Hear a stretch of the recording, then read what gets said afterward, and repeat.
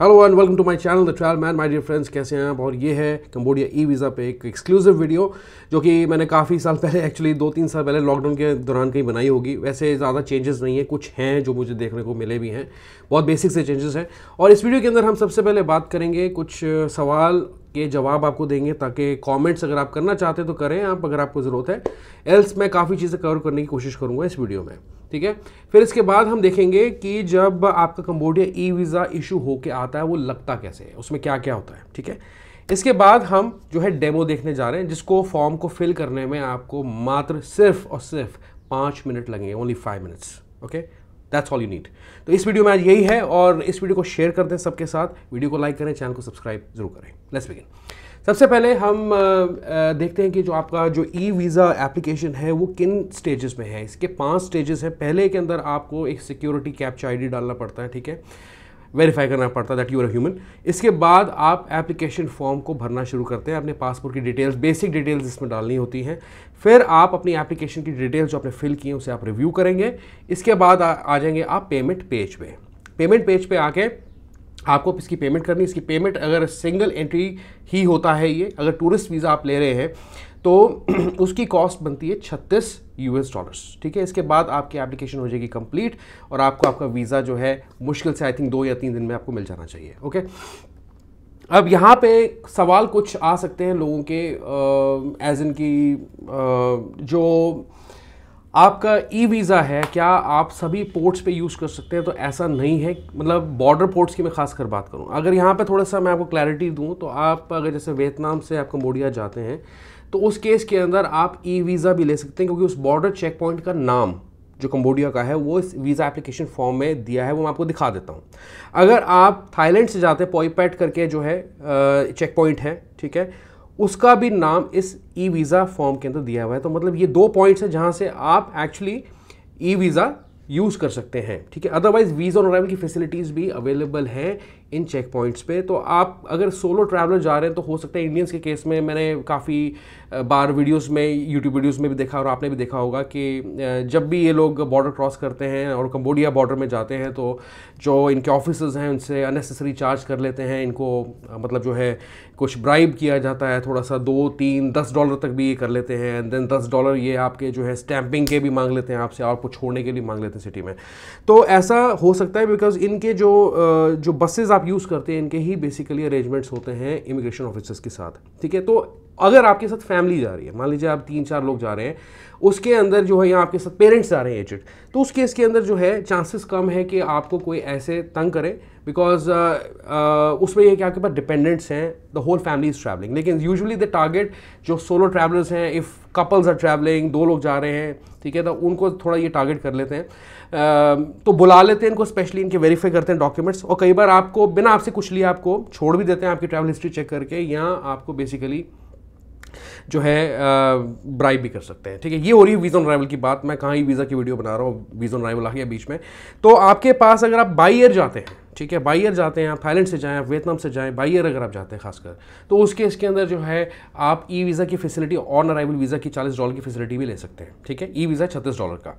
अब हम बात करें ई वीज़ा की, तो मैंने आपको इसकी क्लैरिटी दे दी है कि सभी चेक पॉइंट्स पे, बॉर्डर चेक पॉइंट्स पे इसको यूज़ नहीं किया जा सकता। जो है वो आपके सामने मैं दिखा दूंगा स्क्रीन पे, तो आप खुद भी रिसर्च करके देख लें कि आप अगर थाईलैंड से वियतनाम जा रही हैं, आप कंबोडिया जा रहे हैं, सॉरी, या वियतनाम से आप कंबोडिया जा रहे हैं, तो उस केस के अंदर आप कौन से चेक पॉइंट से निकल के जाएंगे ये आप वेरीफाई खुद करें, ठीक है। इसके बाद जो है अगर आपकी फ़ोटोज़ में या आपकी डिटेल्स में फॉर्म भरते हुए कोई गलती होगी, तो उसका एक ईमेल आईडी आपको देने जा रहा हूँ। ई वीज़ा, इसका नाम है evisa.government.kh, ठीक है। इसको आप स्क्रीन पे भी देख लें, मैंने यहाँ नोट करके रखा है, तो मैं आपको थोड़ा पढ़ के बता रहा हूँ। अगर आपके पास 1 से 2 पासपोर्ट्स हैं, मतलब अगर आप डुअल नेशनैलिटी है आपकी, और जिस पासपोर्ट को आप यूज़ करते हैं वीज़ा एप्लीकेशन फॉर्म को फिल करते वक्त, रजिस्टर करते हैं जिस पासपोर्ट से, वही पासपोर्ट पे आपको ई वीज़ा इशू किया जाएगा। तो आप ये मत करना कि आप एक पासपोर्ट घर छोड़ दो और दूसरा ले जाओ, या जो रजिस्टर जिससे किया था उसे घर छोड़ जाओ और दूसरा आप सेकेंडरी पासपोर्ट ले जाओ। दोनों पासपोर्ट आपके उस केस में होने चाहिए। अगर कोई पुराने पासपोर्ट भी हैं, ये कंबोडिया है, यहाँ पर वेरिफिकेशन हो सकती है, तो पुराने पासपोर्ट भी अगर आपके एक्सपायर्ड हैं, उन्हें भी आप ज़रूर लेके जाएं, ठीक है। और आपका जो ई वीज़ा है जो इशू किया जाएगा ब्लैक एंड वाइट फॉर्मेट में हो सकता है, और उसकी 2 कॉपी, आपको 2 प्रिंट आउट चाहिए उसकी, ठीक है। एक प्रिंट आउट, एक फोटो कॉपी चाहिए, एक आपका इमिग्रेशन ऑफिसर रख लेगा और दूसरा आपके पास रहेगा।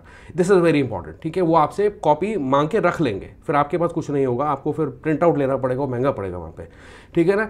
बाकी जो अगर आप स्टेटस चेक करना चाहते हैं कि आपका वीज़ा क्यों नहीं आया, तो आप कॉन्सुलेट को डायरेक्टली रीच आउट नहीं कर सकते, ऑनलाइन ही आप किसी को ईमेल डाल के, या जो info@evisa.government.kh है उस पर भी आप उनको लिख सकते हैं, होपफुली दे विल रिस्पॉन्ड। तो हमने बात कर ली इसमें कि क्या प्रोसेस प्रोसीजर है, क्या सवाल जवाब हैं बेसिक, वो मैंने आपको क्लियर कर दिए हैं। अब हम देखते हैं कि जब आपको ई वीज़ा इशू किया जाता है वो लगता कैसे है, जब आपका आ जाता है ईमेल पे। तो उसमें आप स्क्रीन पे एक फॉर्मेट देख लें आप, ठीक है। इनकी डिटेल्स मैंने हाइड करके रखी हैं इनकी प्राइवेसी के लिए। तो यहाँ पे बेसिकली आपको जो है, आप पढ़ें इसे, check all the information on your e visa certificate to make sure that they are correct, email us at evisa.cambodia@evisa.government.kh। तो साइट पे ईमेल एड्रेस दूसरा दिया है, लेकिन अगर आपको डिटेल्स में कुछ चेंजेस कराने हैं, ठीक है, ई वीज़ा के रिलेटेड, तो उस पर उसका ईमेल एड्रेस डिफरेंट है, वो है evisa.cambodia@evisa.government.kh, ठीक है ना। ये इस पे आपने करना है, लेकिन फ़ोटो के रिलेटेड जो है वो है मतलब कि जो मैंने आपको पहले दिखाया था, जस्ट अ सेक मैं आपको फिर से बता देता हूँ। फ़ोटोज़ के लिए आप यूज़ करेंगे info@evisa.government.kh, okay. Your visa E-visa is only valid for 1 entry. No sticker will be issued to you for E-visa. लेकिन वीज़ा ऑन अराइवल लेते हैं तो स्टिकर वीज़ा ही वो लगा के देते हैं पासपोर्ट पे। Please print out 2 copies of E-visa certificate. Pass 1 copy to immigration officer as your travel visa at entry and 1 copy upon departure for your convenience. You may cut your printed E-visa and staple to your passport. ठीक है, तो passport में आप उसे रख लें अच्छे से संभाल के। All your information will be checked on arrival at the immigration online system. E-visa print out in black and white is acceptable, क्योंकि उन्होंने ऑनलाइन चेक करना, वैलिडेट करना आपका, ठीक है, सेंट्रलाइज सिस्टम होगा उनका, उसी पे वो करेंगे। Then you are required to fill out departure and arrival cards at entry and exit point, ठीक है। तो आपको अराइवल जो डिसएम्बार्केशन कार्ड होता है, एम्बार्केशन कार्ड होता है, वो आपको भरने पड़ते हैं आते जाते वक्त। आगे दिया है entry to invalid e visa ports is prohibited. तो हर पोर्ट पे या हर चेक पॉइंट पे इसे यूज़ नहीं किया जा सकता, ठीक है। E visa fee is non refundable, fees जो है आप जाएँ ना जाएँ नॉन रिफंडेबल है। If you would like to change any travelling information, entry date, entry port and etcetera, please visit and check and change at www.evisa.government.kh। Check and change का एक अलग से टैब दिया होगा। देन पोर्ट एंट्री जो है, उनके जो एयरपोर्ट्स के नाम है सियाम रीप और स्नॉकविल और पोईपेट, ये जो थाईलैंड को लगता है बॉर्डर, लैंड बॉर्डर, बावेत ये है वियतनाम को लगता है बॉर्डर, इनका जो कंबोडिया का बॉर्डर है उसका नाम है ये। और भी जो चेक पॉइंट्स हैं इन्हीं के लिए आप यूज़ कर सकते हैं ई वीज़ा का, और ई वीज़ा पे ये चीज़ लिखी भी है, और आपको A4 साइज़ में से प्रिंट करना है। अब नीचे आप देखें, ये आपका जो है वीज़ा एक्चुअली लगेगा, और नीचे इसके सिग्नेचर्स हैं, मतलब कि इस पे जो अराइवल इमिग्रेशन ऑफिसर उसके साइन होंगे, डिपार्चर के वक्त डिपार्चर के होंगे। तो इसको आप जब तक कंबोडिया को नहीं छोड़ते, इसे फेंकना नहीं है, इसको अपने पास ही संभाल के रखना है, ठीक है। Then you have your surname over here, given name, your passport number is there, country of nationality is there, date of birth is there, gender is there, जो आपने फॉर्म में भरी ये चीज़ है। Length of stay is there, 1 month के लिए मिलता है, 30 डेज़ के लिए सिंगल एंट्री। वीज़ा इशूड और एक्सपायरी डेट जो है उसकी डेट्स भी दी हैं। टाइप है आपका वीज़ा का टी, और स्टैंपिंग है यहाँ पे इमिग्रेशन की, ओके। ऑलराइट, तो ऑलरेडी हम आ गए हैं ई वीज़ा के पेज पे, और हम स्टेप बाय स्टेप देखने जा रहे हैं किस तरीके से ई वीज़ा अप्लाई करना होता है। सिर्फ 5 मिनट का ही ये प्रोसेस है, बहुत सिंपल है। पासपोर्ट उठाएं, डिटेल्स भरें, दैट्स इट। यहाँ पे आप देखिए, पहले ऊपर एक्सप्लोर कर लें, अबाउट एप्लीकेशन फॉर्म आपको यहाँ से मिलता है। लेटेस्ट न्यूज़, कोई अपडेट्स हों इसके रिलेटेड, चेक एंड चेंज। अगर आपको मैंने जैसे फॉर्मेट पहले दिखाया, क्यों दिखाया आपको मैंने फॉर्मेट, तो मान लीजिए अगर आपको कोई पोर्ट ऑफ एंट्री चेंज करनी है, डेट वगैरह चेंज करनी है, तो आप चेक एंड चेंज के ऑप्शन पे यहाँ पे आते हैं, अपना रेफरेंस नंबर देते हैं जो आपने ई वीज़ा भरा था, मतलब ई वीज़ा इशू होने के बाद अगर आपको चेंजेस कराने चाहते हैं तो यहाँ पे आप बेसिकली करें, और जो है अपना प्राइमरी ईमेल एड्रेस है वो भी दे दें। Contact us, then live chat, ये सब आपके पास ऑप्शंस हैं। एप्लीकेशन पे चलते हैं वापस, और यहाँ पे पहले हम सिक्योरिटी टैब से शुरू करते हैं, जैसे मैं पहले स्टार्टिंग में कह रहा था। तो यहाँ पे मैं कैप्चा कोड डालता हूँ, ठीक है, और सब लोअर केस में, होपफुली ये ले लेगा, और अप्लाई नाउ पे क्लिक करते हैं। अब यहाँ पे आपको अपना पासपोर्ट और फोटो जो है अपलोड करनी होती है। बेसिक पासपोर्ट साइज फोटो यहाँ पे चली, कोई स्पेसिफिकेशन इन्होंने एक्स्ट्रा नहीं मांगी है। तो यहाँ पे क्या है कि डमी पर्पज़ के लिए, for the sake of demo, मैं क्या करता हूँ कि डमी फाइल्स में जाके एक पासपोर्ट के मैंने कॉपी बनाया है वो मैं अपलोड कर देता हूँ। ये OCR टेक्नोलॉजी यूज़ करके आपका पासपोर्ट रीड करता है और ऑटोमेटिकली आपका जो नाम, फर्स्ट नेम और डेट ऑफ बर्थ है या कंट्री है वो ऑटो पॉपुलेट हो जाता है फॉर्म के अंदर। ऐसा इसलिए यहाँ पे नहीं हो रहा बिकॉज मैंने यहाँ पे सिर्फ एक रेड डमी जो है यहाँ पे लगाया है, ठीक है।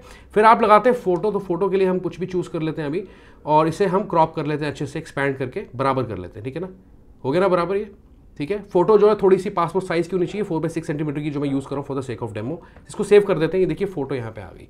अब यहाँ पे बेसिकली आपको जेंडर भर लेते हैं हम, मेल।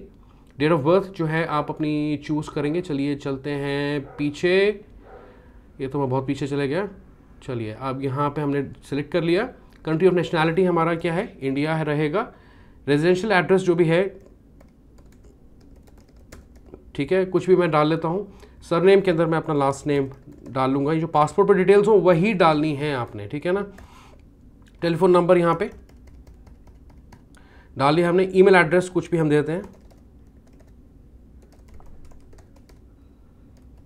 रीटाइप भी करना है इसको, तो यहाँ पे हम रीटाइप करते हैं,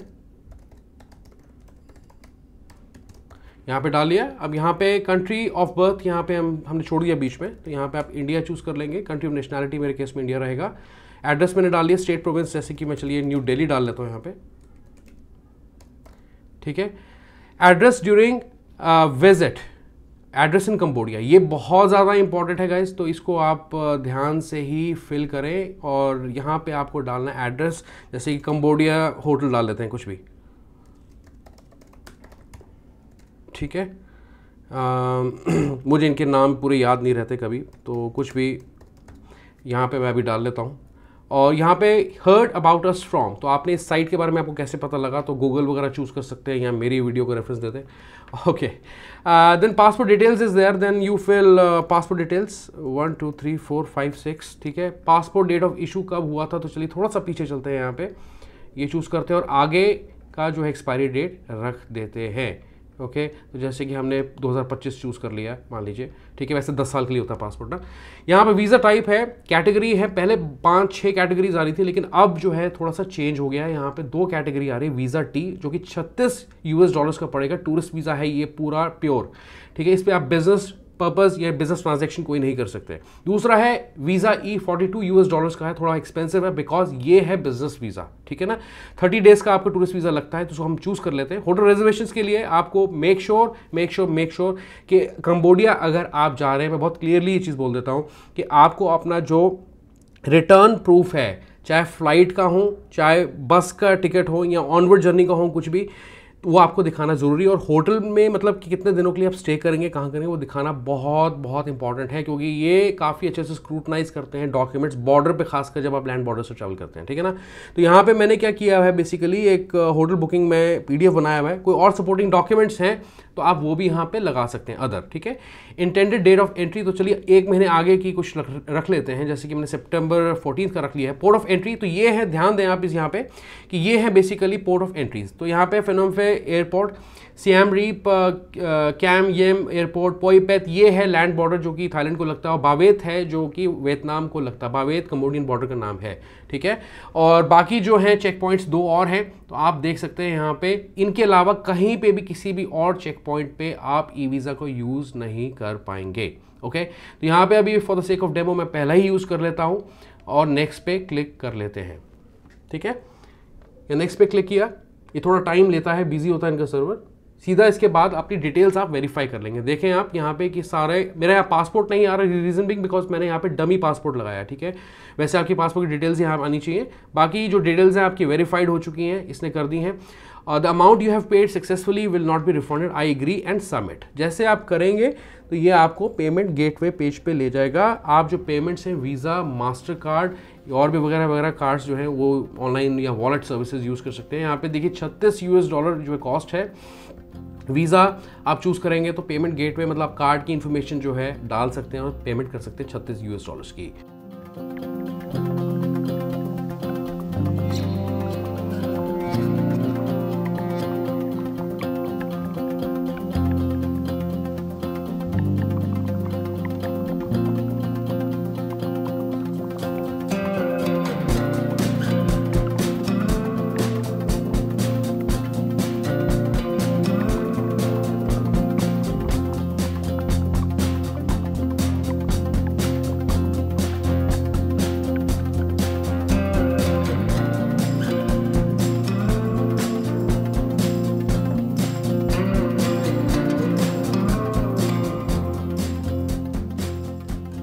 और guys that's all in this video. तो ये था पूरा प्रोसेस प्रोसीजर कि कंबोडिया का ई वीज़ा आपको कैसे लेना होता है इन 2023।